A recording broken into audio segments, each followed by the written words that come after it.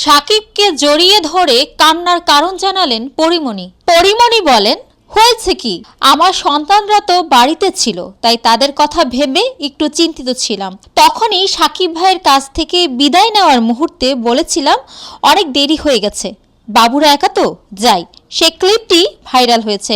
এ সময় সাকিব খান প্রসঙ্গে অভিনেত্রী বলেন, যখন আমার খুব বাজে সময় যাচ্ছিল, ডিভোর্স, বাচ্চা নিয়ে একাই লড়াই করা, ওই সময় সাকিব ভাই আমাকে বলেছিল তুমি কথা বন্ধ করে দাও। তার সেই কথাটা আমার খুব কাজে দিয়েছে।